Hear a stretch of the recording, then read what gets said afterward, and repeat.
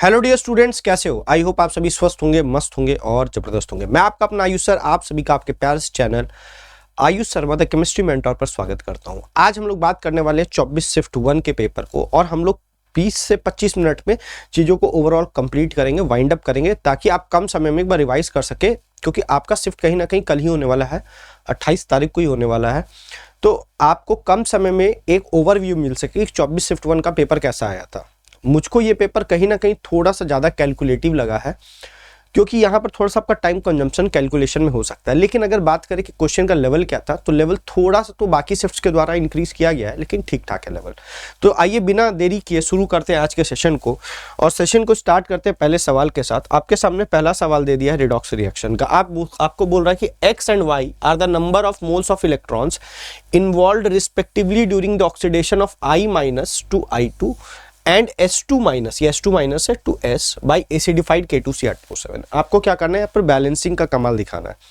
अब बैलेंसिंग कैसे करेंगे, दो हाफ रिएक्शन लिखेंगे, उसके बाद हम उन दोनों को ऐड कर देंगे। और बैलेंसिंग करते वक्त हम लगाते हैं AOSC रूल। एक बार ध्यान रखना, ये जो भी हम रूल बता रहे हैं वो एसिडिक मीडियम के लिए बता रहे हैं, बेसिक मीडियम के लिए नहीं बता रहा हूँ, क्योंकि यहाँ पर बात ही बोल रहा है एसिडिफाइड के लिए। बेसिक के लिए क्या करना होगा मैं लास्ट में थोड़ा सा बता दूंगा, ठीक है। एटम्स को पहले बैलेंस करेंगे other than oxygen and hydrogen, बाद में ऑक्सीजन को बैलेंस करेंगे by H2O in oxygen deficient side, वहीं हाइड्रोजन को बैलेंस करेंगे by H+ ion in hydrogen deficient side. फिर C फॉर चार्ज है, चार्ज को बैलेंस करेंगे बाय इलेक्ट्रॉन। क्लियर? ये जो भी बातें मैं बताया हूं फिर से मैं आपको रिमाइंड करा दूं, ये एसिडिक मीडियम के लिए है, ठीक। आइए शुरू करते हैं आज के सवाल को। तो सबसे पहले हम लोग रिडक्शन हाफ लिख लेते हैं, RHR Cr2O7 2- will gets converted into Cr3+ in acidic medium, सभी को पता है। अब बैलेंस करना है तो हम क्या बोले, इसके आगे 2 लगा दो। पहले हम एटम को बैलेंस करेंगे। ऑक्सीजन के लिए क्या आ रहा है 7, तो यहाँ 7H2O आ जाएगा। हाइड्रोजन के लिए हम यहाँ क्या करेंगे 14H+ का यूज करेंगे। अब अगर हम इलेक्ट्रॉन को देखें तो इधर आपका हो गया 6 इलेक्ट्रॉन, इधर 12 पॉजिटिव चार्ज है और इधर 6 पॉजिटिव चार्ज है। तो इधर 6 पॉजिटिव चार्ज क्या है आपका ज्यादा है, तो हम इधर साइड क्या करेंगे 6 इलेक्ट्रॉन को ऐड कर देंगे। सिमिलरली OHR का अगर हम रिएक्शन लिखेंगे तो आपका आ जाएगा I- gets converted into I2। अब यहाँ 2 है तो इसको बैलेंस करने के लिए 2 लगा दिए। इधर 2 नेगेटिव है तो इधर 2 इलेक्ट्रॉन को ऐड कर देंगे। लेकिन जब हम इन दोनों को ऐड करेंगे तो ऐड कुछ इस अंदाज में करेंगे कि इलेक्ट्रॉन्स आपके कैंसिल हो जाए। तो हम इसको क्या करेंगे 3 से मल्टीप्लाई कर देंगे। 3 से जैसे ही मल्टीप्लाई करेंगे ये बन जाएगा 6I- और ये बन जाएगा 3I2 और साथ में बन जाएगा 6 इलेक्ट्रॉन, और ये 6 इलेक्ट्रॉन और ये 6 इलेक्ट्रॉन कैंसिल आउट हो जाएगा, बाकी सबको ऐड कर दीजिएगा। मैं आपको बस इतना बताना चाह रहा था कि इस दोनों रिएक्शन में जो इन्वॉल्वमेंट है इलेक्ट्रॉन का वो कितना है 6 इलेक्ट्रॉन का है। तो x की वैल्यू आपकी क्या आ जाएगी 6 प्लस। सिमिलरली y के लिए करेंगे तो ये इक्वेशन तो सेम टू सेम ही रहना, ये इक्वेशन टू सेम ही रहना। 6 ही इलेक्ट्रॉन का यहाँ खेला होने वाला है, यहां सेम ही रहना है बेटा, ठीक है। बस यहां पर भी क्या होगा 6 इलेक्ट्रॉन ही रहेगा। दूसरा वाला रिएक्शन में क्या है आपका S2- S में बदल रहा है। ये आपका OHR है, ये आपका RHR है। अगेन 2 इलेक्ट्रॉन ज्यादा तो इधर 2 इलेक्ट्रॉन ऐड कर देंगे और फिर अपन क्या करेंगे इसको 3 से मल्टीप्लाई करेंगे ताकि ये 6 कट जाए। तो कितने इलेक्ट्रॉन सेम होकर के कट रहे हैं, that will be the number of electrons involve in that redox reaction. तो इस वाले रिएक्शन में भी 6 है, तो total number of electron involvement कितने का आ गया बेटा 12 का। इस तरीके से सवाल को सॉल्व करेंगे। आगे बढ़ते हैं नेक्स्ट सवाल में। तो बोलता है there are 2 solutes 0.3 gram of A। आपको क्या क्या दे दिया है सबसे पहले आप ये लिख लो, है ना, ताकि आपको सोचने में थोड़ा सा आसानी हो जाए।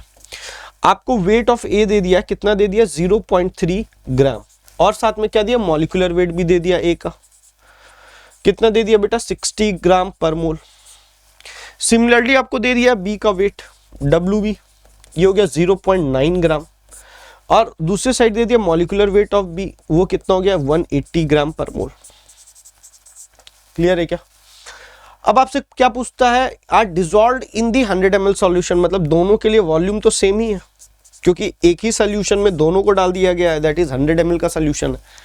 बोलता है find the osmotic pressure of the solution at 300 kelvin. T का वैल्यू भी दे दिया 300 केल्विन और आर का वैल्यू तो यहाँ गिवन ही है। मैं आपको कॉन्सेप्ट बता रहा हूँ, सॉल्व आप खुद से करिएगा। तो आप फॉर्मूला क्या लगोगे, pi is equals to I into C into R into T. अब कंसंट्रेशन किसका ले, तो कंसंट्रेशन जब भी एक से अधिक सॉल्यूट किसी सोल्यूशन में मौजूद हो तो कंसंट्रेशन लेते वक्त आपको क्या करना, इसका कंसंट्रेशन प्लस इसका कंसंट्रेशन। एक्चुअली में आप कंसंट्रेशन को ऐड नहीं कर रहे, आप मोल्स को ऐड कर रहे हैं, क्योंकि वॉल्यूम आपका क्या है, सेम।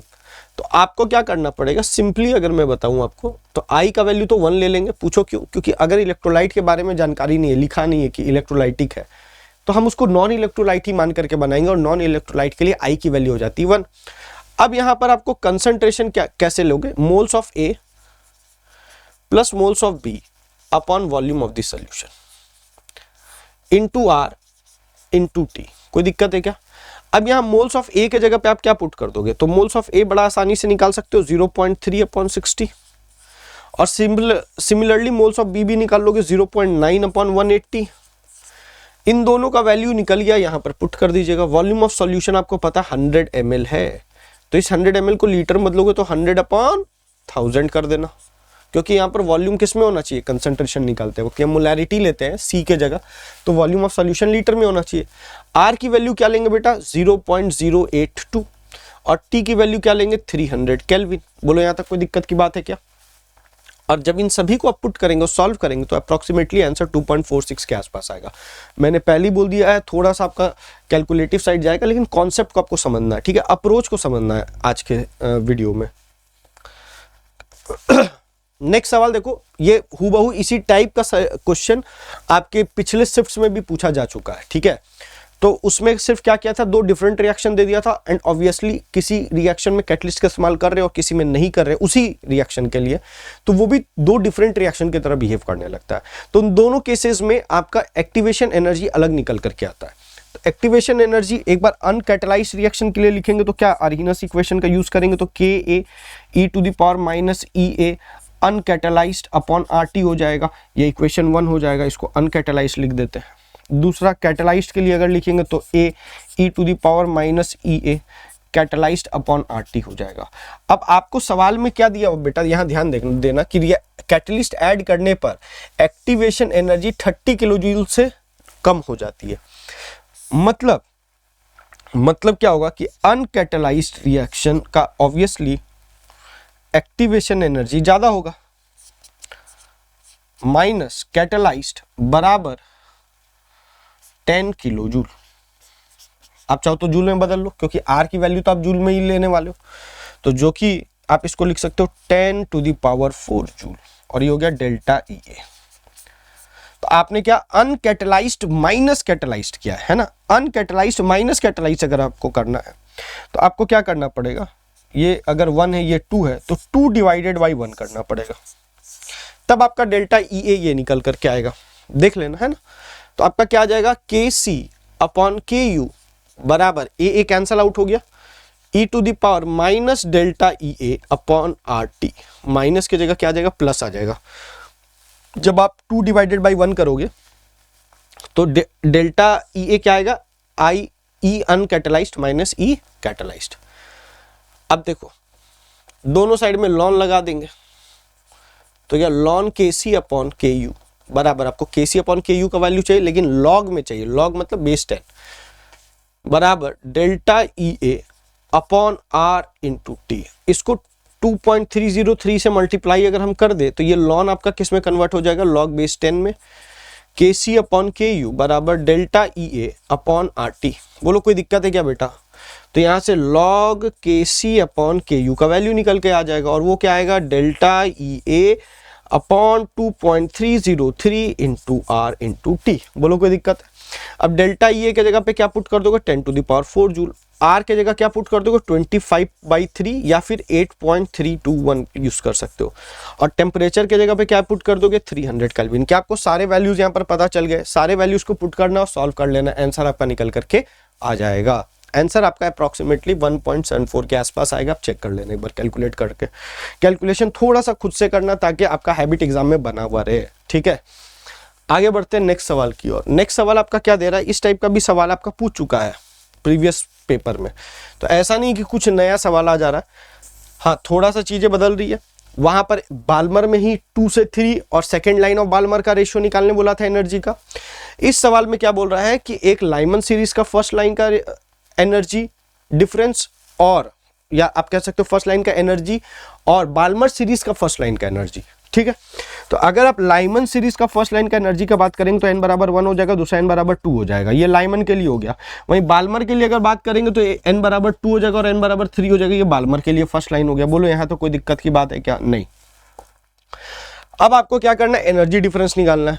तो एनर्जी डिफरेंस निकालने का बड़ा आसान सा तरीका है। तो delta E first line of Lyman का क्या आ जाएगा, 13.6 इंटू 1.6 इंटू 10⁻⁻19। क्यों क्या जूल में चला जाए, और नहीं भी बदलोगे तो कोई दिक्कत नहीं, रेशियो है, ईवी भी कैंसिल हो जाएगा और ये जो आपने लिखा ये भी कैंसिल होता हुआ ही नजर आएगा। तो 1/1 का स्क्वायर माइनस 1/2 का स्क्वायर इंटू जेड स्क्वायर। अब यहाँ कोई भी एटम के बारे में नहीं लिखा तो मैं हाइड्रोजन ही मान लूंगा, तो ये हो जाएगा 1 का स्क्वायर, इक्वेशन नंबर 1। उसी तरीका से मैं दूसरा निकालूंगा बाल्मर के लिए। तो डेल्टा ई भी क्या निकल करके आएगा, 13.6 इंटू 1.6 इंटू 10⁻⁻19 इंटू 1 अपॉन, अब बाल्मर के लिए क्या लिख दोगे, 2 का स्क्वायर माइनस 3 का स्क्वायर इंटू 1 का स्क्वायर। ये हो गया इक्वेशन नंबर 2। बोलो यहां तक कोई दिक्कत समझ में आ रही है क्या आपको? यहां तक कोई भी दिक्कत आपको समझ में आ रही है क्या? नहीं, क्लियर? ठीक। अब जैसे ही आप इन दोनों का रेशियो निकालोगे, आपको क्या निकालना था, एक्स की वैल्यू निकालनी है ना, तो आप इन दोनों को डिवाइड दे दो, तो delta E L upon delta E B आ जाएगा बराबर, ये और ये कैंसल आउट हो गया, ये और ये कैंसल आउट हो गया, इसका आप निकालोगे तो क्या आ जाएगा 3/4, और यहां पर क्या आ जाएगा 9 - 4 5/36, ये और ये कट गया, ये हो गया 9, ये ऊपर चला गया। Delta E L upon delta E B बराबर क्या आ गया 27/5। डेल्टा ई एल बराबर 5.4 इंटू डेल्टा ई बी। आपको वैल्यू क्या चीज में चाहिए, थोड़ा सा यहां घुमा रहा है, x इंटू 10⁻⁻1 में चाहिए, यही आपका x है। आप इसको चाहे तो 54 इंटू 10⁻⁻1 भी लिख सकते हो। आंसर आपका क्या आ जाएगा 54। Is it clear? देख रहे हो कैसे सवाल आ रहे हैं। नेक्स्ट देखो, फॉर्मूला बेस्ड डायरेक्ट सवाल आपको दिख रहा है। रिवर्सिबल एक्सपेंशन का फॉर्मूला आप सभी को पता है, ये होगा। फ्री एक्सपेंशन क्या है, एक इरिवर्सिबल प्रोसेस है बेटा। तो फॉर्मूला तो वही लगना है, minus P external v2 minus v1, लेकिन p एक्सटर्नल आपका क्या हो जाएगा 0, तो इसका वर्क डन आपका 0 निकल के आ जाएगा। इरिवर्सिबल एक्सपेंशन का फॉर्मूला आपका निकल करके आ जाएगा। ठीक है, तो आप देखो p का क्या हो गया 2, p का हो गया 2 और q का क्या हो गया 1 हो गया। अब r का 3 और 4 का सॉरी s का 4 हो जाएगा, तो ऑप्शन आपका b करेक्ट हो जाएगा। डायरेक्ट फॉर्मूला आपको याद होंगे थर्मोडायनेमिक्स के, तो सवाल लग जाएगा। हो सकता है इस बार वर्क डन का पूछा, आपके वाले में एंट्रोपी का पूछ ले, तो थोड़ा सा एक बार फॉर्मूला को जरूर देख करके जाइएगा। नेक्स्ट सवाल अगेन सॉल्यूशन से सवाल है, सॉल्यूशन से सवाल है। दूसरा सवाल आ रहा है सॉल्यूशन से। तो सॉल्यूशन भी एक इंपॉर्टेंट चैप्टर हो जाता है आपके एग्जाम के पॉइंट ऑफ व्यू से। तो colligative property, went Hoff factor, Rawls law, ideal non ideal graphs, differences और उनके एग्जांपल्स जरूर करके जाइएगा। अगर 2 सवाल आता है तो 8 नंबर अकेला ये छोटा सा चैप्टर सॉल्यूशन आपको दे देगा। Next, W gram of non volatile electrolyte solute. Non volatile electrolyte है, इलेक्ट्रोलाइट है मतलब वो टूट रहा होगा, मतलब उसका वेंट ऑफ फैक्टर I का वैल्यू आप 1 नहीं लिख सकते। Is added in 100 ml of pure water. ठीक है, प्योर वाटर का आपका वेपर प्रेशर दे दिया, showing the vapour pressure of the solution is 600 mm of Hg। ठीक है, this solution at the boiling point, जो सॉल्यूशन का बॉइलिंग पॉइंट है ये है, और वाटर का आपको पता है ये 373 होता है। ठीक है, आपको Kb भी दे दिया, मोलर मासेस भी दे दिया। Correct option about the mole fraction निकालना है। तो आपके पास एक फॉर्मूला तो ये है, देखो 2 साइड सॉल्व कर रहा हूं। एक आप क्या फॉर्मूला, रिलेटिव लॉरिंग और वेपर प्रेशर लगा सकते हो। कारण क्या, क्योंकि आपको मोल फ्रैक्शन निकालना है। कॉलिगेटिव प्रॉपर्टी का यही प्रॉपर्टी है जो डायरेक्टली मोल फ्रैक्शन से रिलेट करता है, और आपको डेटा भी दिया हुआ है। तो P not minus P solution upon P not बराबर I इंटू काई ऑफ सॉल्यूट। ठीक है, सॉल्व आप खुद से करिएगा, मैं आपको टेक्निक बता रहा हूँ, सारा चीज आपको बता दूंगा कैसे निकलेगा, बस आपको वैल्यू पुट करके आंसर लाना है। तो P नॉट की वैल्यू आप क्या लिख दोगे 640, P सॉल्यूशन की वैल्यू क्या लिख दोगे 600, और P नॉट की वैल्यू भी क्या लिख दोगे 600। क्लियर है क्या? अगर आपका I का वैल्यू निकल के आ जाए तो काई ऑफ सॉल्यूट निकल जाएगा, यही है ना मामला।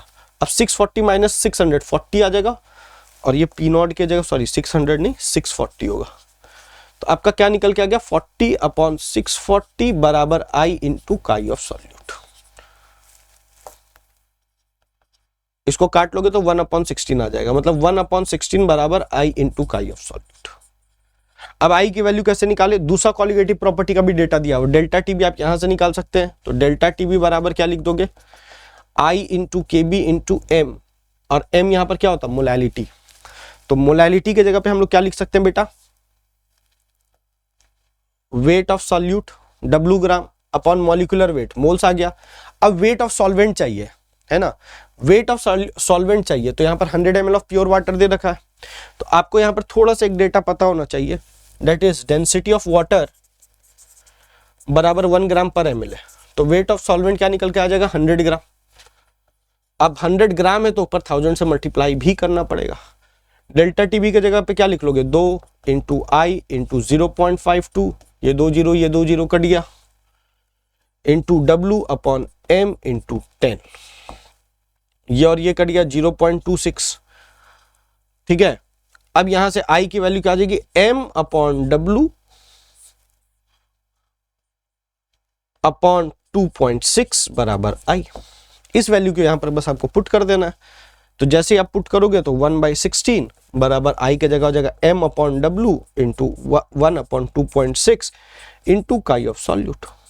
इसको सॉल्व करोगे तो ये हो जाएगा 1.3, ये हो जाएगा 8, तो 1.3 upon 8 into W upon M बराबर काई ऑफ सॉल्यूट। बोलो आया क्या, ऐसा कौन सा ऑप्शन है बेटा 1.3 अपॉन 8 W अपॉन M, ये ऑप्शन 1 क्या हो जाएगा करेक्ट। आ रहा है क्या बात समझ में, सिंपल है।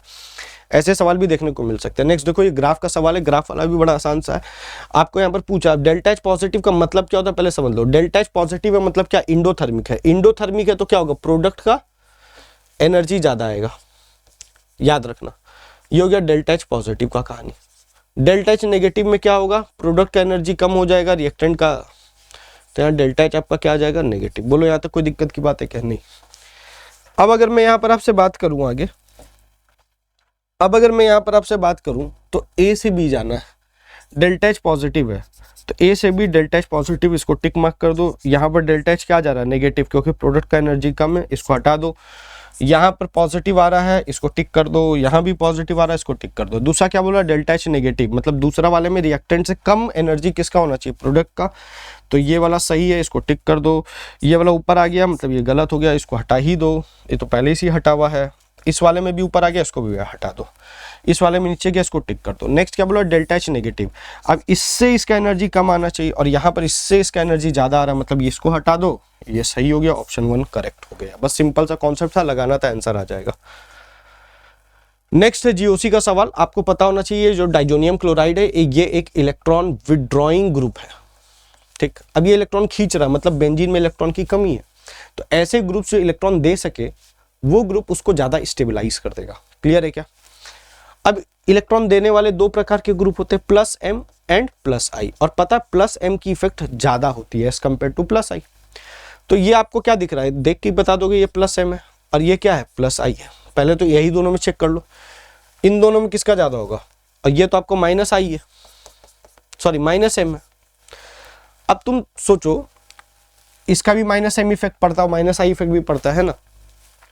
अब अगर तुम यहां पर पूछो इन दोनों में ज्यादा विड्रॉइंग कौन है, NO2, तो सबसे कम किसका हो जाएगा, ए का।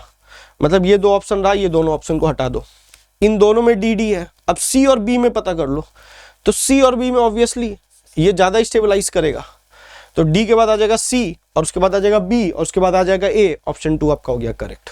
एकदम सेकेंड्स में सवाल ये बनते हुए नजर आएंगे। देखो डायरेक्ट कॉमन नेम से सवाल है, अरे तुरंत है। विनाइल क्लोराइड ये है, एलाइल क्लोराइड, ये आप बोलेंगे सर ये क्यों होते हैं, ये कॉमन नेम है बेटा, आपको थोड़ा सा याद रखने पड़ेंगे। तो कुछ कॉमन नेम्स भी आप याद करके चले जाना, ठीक है। एनसीईआरटी में जितने भी नजर आ रहे हैं, या आप टाइप कर लेना यार गूगल में, बेसिक कॉमन नेम्स आपको पता चल जाएगा ऑर्गेनिक केमिस्ट्री का, वो एक बार देख के चल जाना, ठीक है। ये हो गया एराइल क्लोराइड और ये आपका क्या हो गया बेंजाइल क्लोराइड, क्योंकि ये कार्बन से जुड़ा हुआ है। और ये आपका क्या हो जाएगा एराइल क्लोराइड। अब ऐसा ऑप्शन जहां पर भी है उसको मैच कर दो, ए का 1, बी का 2, सी का 4, डी का 3। ऑप्शन 2 आपका क्या हो जाएगा करेक्ट हो जाएगा। आगे बढ़ते हैं। अगेन देखो जीओसी से सवाल दे दिया। The correct order of the stability of the given. अब मतलब इसमें खाली बच्चा जीओसी और थोड़ा मोड़ा कॉमन नेम वगैरह पढ़ के जाता है तो 3 सवाल तो उसके हाथ में है। अब यहाँ पर किसको स्टेबलाइज करना है? हमको बेंजीन को स्टेबलाइज नहीं करना है। यहाँ पर जो जुड़ा हुआ ग्रुप है कार्बन आयन, उस पर नेगेटिव चार्ज है, मतलब उस पर इलेक्ट्रॉन डेंसिटी ज्यादा है। देखो चार्ज चाहे पॉजिटिव हो चाहे नेगेटिव हो, उन दोनों केसेस में वो सिस्टम को करता है अनस्टेबलाइज। तो जो कि उसके ऊपर नेगेटिव है तो हमको ऐसे ग्रुप्स नीचे जोड़ने हैं जो कि इसके नेगेटिव चार्ज को कम करे। मतलब नीचे में कैसे ग्रुप होना चाहिए? -I या -M होना चाहिए। ये क्या करेगा? सिस्टम को स्टेबलाइज करेगा। क्लियर है क्या? तो अब इसे -M वाला पहले, अच्छा ये तो हमको पता चल रहा +M है भाई, ये तो एकदम डिस्टेबलाइज कर देगा। मतलब ए तो आपका सबसे लास्ट में आना चाहिए, एक ही ऑप्शन आ रहा है, ये हम ऐसे ही टिक करके निकल जाएंगे। ये +M है, आ रहा बात समझ में? ये -M है, ये +I है, ये -I है। देख के ही पता चल गया ना यार, सबसे ज्यादा कौन होगा? -M वाला स्टेबलाइज। देन लिस्ट देख के टिक मार के निकल जाओ। ऐसे ही ऑप्शन का भी यूज करना, ये नहीं कि खाली हर एक चीज को हमको कैलकुलेट करना, परफेक्ट ऑर्डर बनाना फिर ही टिक करेंगे।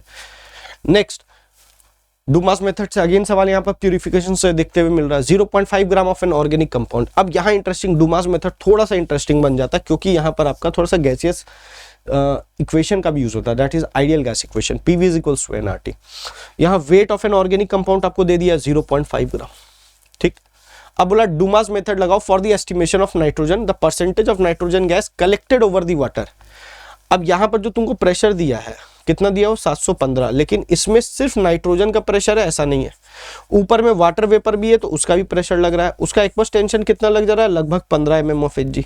मतलब हम इसमें 15 को माइनस करेंगे तो जो प्रेशर निकल करके आएगा that is 700 mm of Hg। ये क्या आएगा?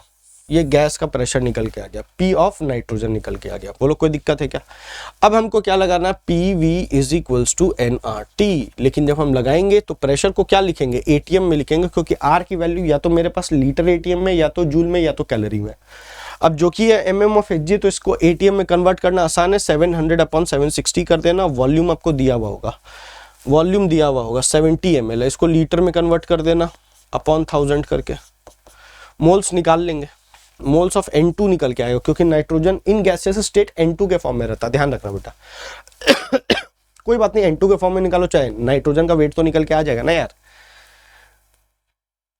अब अगर हमसे कोई पूछेगा R की वैल्यू क्या लेंगे, तो अब मैंने यहाँ लीटर ATM लिया तो यहाँ 1/12 ले लूंगा और टेम्परेचर क्या ले लूंगा? 300 केल्विन। इसको सॉल्व करके हम क्या निकाल लेंगे? Moles of nitrogen. Moles of nitrogen अगर आपका यहाँ से निकल गया तो आप क्या लगा सकते हो? वेट ऑफ नाइट्रोजन अपॉन 28 से मल्टीप्लाई कर देना, वेट ऑफ नाइट्रोजन निकल करके आ जाएगा। लेकिन आपको तो यहाँ नहीं रुकना, परसेंटेज ऑफ नाइट्रोजन तक जाना है, तो आपको क्या करना पड़ेगा? Weight of nitrogen upon weight of organic compound into 100। तो वेट ऑफ नाइट्रोजन की जगह हम इसको पुट कर देंगे, वेट ऑफ ऑर्गेनिक कंपाउंड की जगह 0.5 पुट कर देंगे, इनटू 100 करेंगे, परसेंटेज ऑफ नाइट्रोजन निकल के आ जाएगा। बोलो कोई दिक्कत है क्या? अब इंटरेस्टिंग बात क्या है ना कि बहुत जन कंफ्यूज हो, सर यहाँ तो आप वेट ऑफ N2 निकालो और weight of nitrogen atom same होगा क्या? यस, कोई दिक्कत नहीं है भाई। अच्छा तुम एक बात बताओ, मैंने 28 करके 3 मॉलिक्यूल्स नाइट्रोजन के लिए, तुम बोलोगे 56। अब वो 56 बोलो चाहे 6 नाइट्रोजन का मास बोलो, 56 तो सेम ही होना है। तो इसलिए weight of nitrogen, weight of N2 में कोई दिक्कत नहीं। हाँ, molar mass of nitrogen atom and molar mass अगर पूछोगे तब अंतर पड़ जाएगा, लेकिन वजन के मामले में देखे कोई अंतर नहीं पड़ेगा। ठीक है, मोल्स वाइज अंतर पड़ेगा। आगे बढ़ते हैं नेक्स्ट सवाल की ओर। नेक्स्ट सवाल बोलता है कौन सा पॉजिटिव टॉलरेंस टेस्ट देगा। अब आपको जैसे ये हेमीएसिटल नजर आ जाता है, भैया यही देने वाला है टॉलरेंस टेस्ट। कारण क्या है? बेसिक मीडियम में ये टूट जाता है, टूट करके क्या बना देता है? 1 2 3 4 ये बना देगा, खुल जाएगा और ये एल्डिहाइड का फॉर्मेशन करेगा अलॉन्ग विथ एल्कोहल। अब आपको पता है ये पॉजिटिव टॉलरेंस टेस्ट दे देगा, बस इसमें कोई दिक्कत का बात ही नहीं है यार। तीसरा नंबर हो गया आपका आंसर। आगे बढ़ते हैं नेक्स्ट। अब ये सवाल देखो कितना आसान है। मान लो किसी को ऑर्गेनिक नहीं भी आता यार, बेसिक बात पता है ना कि एसिड है ये, और एसिड कभी बाइकार्बोनेट के साथ अगर रिएक्ट करता है तो कार्बन डाइऑक्साइड का फॉर्मेशन करता है, ये बात भी पता है।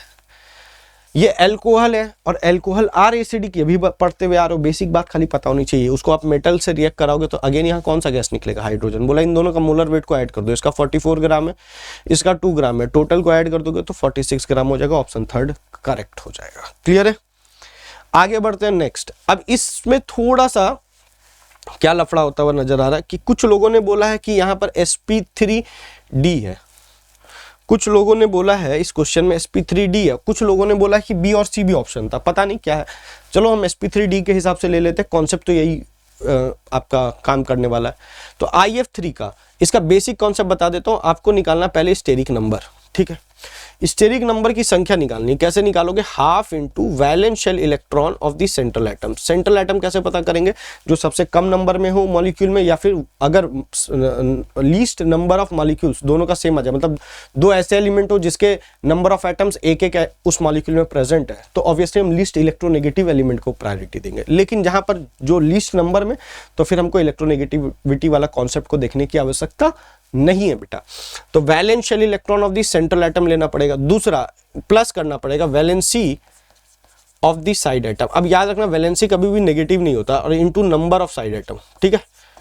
अब हो सकता है मॉलिक्यूल पे किसी प्रकार का चार्ज हो, अगर पॉजिटिव चार्ज है तो सब्ट्रैक्ट कर देना, और अगर नेगेटिव चार्ज है तो उसको ऐड कर देना और डिवाइडेड बाय 2 कर देना। इससे क्या निकल के आ गया, एस नंबर, सीरियल नंबर नहीं है, स्टेरिक नंबर है।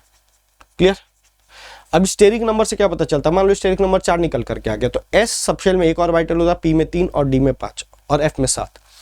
आपको एस से स्टार्ट करना, अगर 3 है तो 1s 2p हो जाएगा, 4 है 1s 3p हो जाएगा, p खत्म हो गया 5 आ गया तो 1s 3p और 1d हो जाएगा। इस तरीका से हम किसी का भी हाइब्रिडाइजेशन निकाल सकते हैं।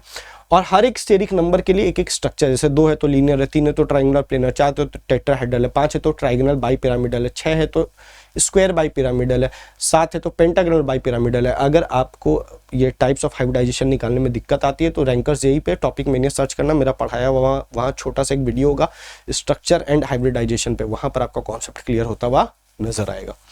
आगे बढ़ते हैं, इस क्वेश्चन को बनाते हैं हाफ। अच्छा याद रखना वैलेंसी 0 लेंगे अगर ऑक्सीजन होगा तो एज अ साइड आइटम, ठीक है। क्यों होता है ये सारी चीजें लॉन्ग वीडियो में डिस्कस कर सकते हैं, फिलहाल के लिए हम लोग खाली कॉन्सेप्ट को समझते हैं, ट्रिक को याद रखिएगा। IF3 तो हो जाएगा 7 प्लस वैलेंसी ऑफ फ्लोरीन कितना हो जाएगा 3, ये हो जाएगा 10/2, आंसर आ गया 5। हाइब्रिडाइजेशन आ जाएगा sp3d, ये आपका सही है। और sp3d है तो ट्राइगोनल बाई पिरामिडल होगा, जिसमें बॉन्ड पेयर कितने होंगे, जितने साइड एटम है उतना बॉन्ड पेयर हो जाएगा, तो 3 आपका बॉन्ड पेयर हो जाएगा और 2 आपका लोन पेयर हो जाएगा। स्ट्रक्चर अगर आप ड्रॉ करेंगे तो 2 लोन पेयर है, इसको इधर इधर लगा दो, और ये F और ये F हो गया। कैसा शेप नजर आ रहा है बेटा, टी शेप। ऑप्शन 1 करेक्ट है।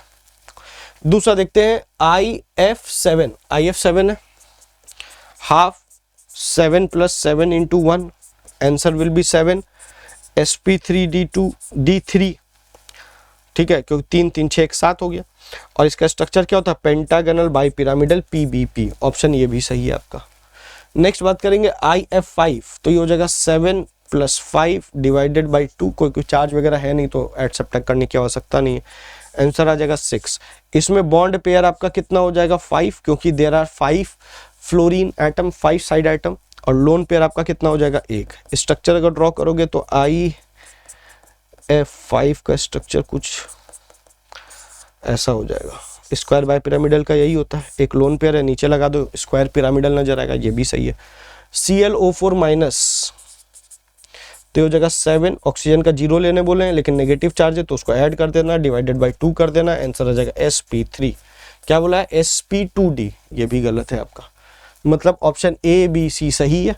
तो ABC कौन सा, option 1 is your correct answer. Is it clear. तो इस तरीके से आप सॉल्व कर सकते हैं। Next, select the correct statement. बोलता है NF3 has more dipole moment than NH3। नहीं भैया, कारण समझो ना, कारण समझो, मामला क्लियर हो जाएगा। यहाँ ऊपर इन सभी के कारण ऊपर, इन तीनों के कारण नीचे, इसके कारण ऊपर, यहाँ कम हो रहा है, तो ये आपका स्टेटमेंट गलत है। O2- and F2, number of electron देख लो, ऑक्सीजन का 2, ऊपर 2 नेगेटिव, 16, 2 18, यहाँ भी टोटल नंबर ऑफ इलेक्ट्रॉन 18, इस मॉलिक्यूल में भी 18, तो बॉन्ड ऑर्डर तो सेम ही रहना है, ठीक है। तो both will have same bond order, तो ऑप्शन बी करेक्ट है। Next, O3 central oxygen atom has -1 formal charge. ये ऐसा सवाल और भी सिर्फ में पूछ चुका है O3 वाला, याद रखो, देखना पीछे वाला। तो जिस तरफ एरो होगा उस तरफ आपका -1 हो जाएगा, और जिस तरफ से एरो निकला उस पर +1 फॉर्मल चार्ज आ जाएगा। तो यहाँ पर आपका बोला -1 है, तो ये स्टेटमेंट भी आपका क्या हो गया, इनकरेक्ट हो गया। नेक्स्ट बात करें, इन NO2 all the atoms follow octet rule. नहीं बेटा, NO2 में ऑक्टेट रूल कैसे फॉलो होगा, ऑड इलेक्ट्रॉन है, मतलब नंबर ऑफ इलेक्ट्रॉन यहाँ पर क्या है 7 है, तो तो इसका ऑक्टेट कंप्लीट ही नहीं हो रहा, मतलब ये स्टेटमेंट भी गलत है। BeH2 is a planar, yes ये प्लेनर है। कारण क्या है इसका? स्ट्रक्चर कैसा बनेगा? लीनियर स्ट्रक्चर बनेगा। फॉर्मूला लगा लेना, 1/2 × 2 + 2 डिवाइडेड बाई 2, आंसर 2 2 है, तो लीनियर है तो प्लेनर है, तो ऑप्शन 4 आपका क्या हो जाएगा? करेक्ट। आगे बढ़ते हैं नेक्स्ट सवाल की ओर।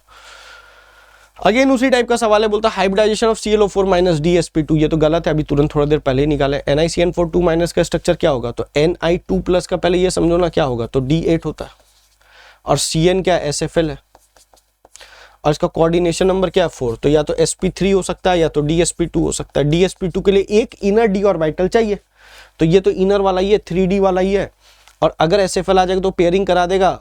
5 जगह खाली है, 8 पेयरिंग होगी, 8 इलेक्ट्रॉन को 4 पेयर में कन्वर्ट कर दिया तो भी एक ऑर्बिटल बच गया। तो यहाँ पर ऑब्वियसली इसका DsP2 होगा, और DsP2 है तो स्ट्रक्चर कैसा हो जाएगा? स्क्वायर प्लेनर, टेट्राहेड्रल नहीं होगा। ये सही है, ये गलत है, तो ये सही हो जाएगा। नेक्स्ट COH2O6 -, अब यहाँ पर आपका क्या हो जाएगा? 4s2 3d7, 3d7 ठीक है, 2+ है ना, 2+ है तो 2+ आ गया। CO2+ का क्या आ जाएगा? D7, साथ में क्या है? वीक फील्ड लिगेंड, मतलब ऑब्वियसली बाहर जाएगा तो कोऑर्डिनेशन नंबर 6 है, sp3d2 होगा। इनर वाला पार्टिसिपेट नहीं करेगा कि D2 sp3 हो जाए, और इसका स्ट्रक्चर हो जाएगा ऑक्टाहेड्रल।